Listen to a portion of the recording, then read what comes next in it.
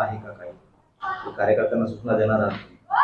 हो, सूचना सर्व कार्यकर्त्यांना दिलेल्या आहेत आणि मराठा सेवा संघाची ही आजची भूमिका नाही, तर अगदी सुरुवातीपासून मराठा सेवा संघाची ही मागणी आहे की सर्व मंदिरं डॉक्टर पंजाबराव देशमुखांनी जसं म्हटलं होतं तसंही भटमुक्त व्हावी आणि सर्व मंदिरांचे राष्ट्रीयकरण करावं आणि तेथील पैसा जो आहे तो हिंदू धर्मातील चांगल्या कामासाठी, मुलामुलींचे शिक्षण असेल, महिलांचे काही उन्नती असेल यासाठी वापरावा अशी आमची मागणी आहे।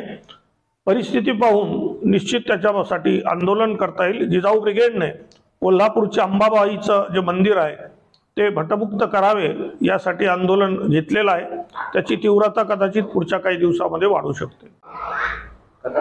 2 दिवसापूर्वी जो काळाराम मंदिरामध्ये सैनिका राजे संदर्भात जो प्रकार घडला, त्याचा अपमान केला पुरोहितांनी, काय प्रतिक्रिया आहे? जय जिजाऊ।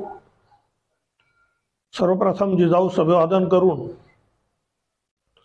कोल्हापूरच्या युवराजने संयोगिता राजे संभाजीराजे छत्रपती यांच्या बाबतीत काळाराम मंदिर नाशिक येथे तेथील भटजी ब्राह्मण किंवा पुरोहितांनी जो काही गैरव्यवहार केलेला आहे त्याबद्दल सर्वप्रथम मी त्या पुरोहितांचे, पंडितांचे निषेध करून त्यांचा प्रति एक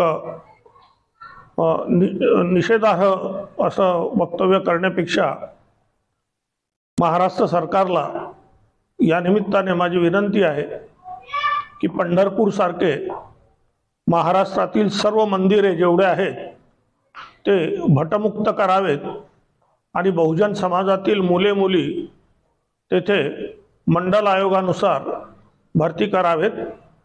यामुळे हा जो पुराणोक्त आणि वेदोक्त वाद आहे तोही संपेल।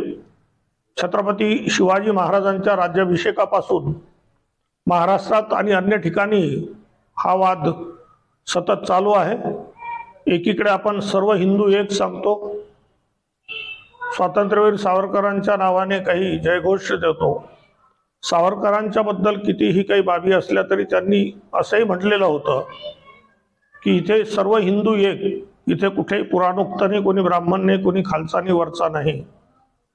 तर या निमित्ताने हा जो काही प्रकार घडलेला आहे तो निंदनीय आहे। छत्रपती शिवाजी महाराज, फुले शाहू आंबेडकरांच्या या महाराष्ट्राला ते लाजीरवाणं आहे आणि या निमित्ताने पुन्हा एकदा हिंदू धर्मातील ज्या काही उतरंड आहे, वर्णीय व्यवस्था आहे, जातीय व्यवस्था आहे, तिचा पुनर्विचार करण्याची गरज आहे।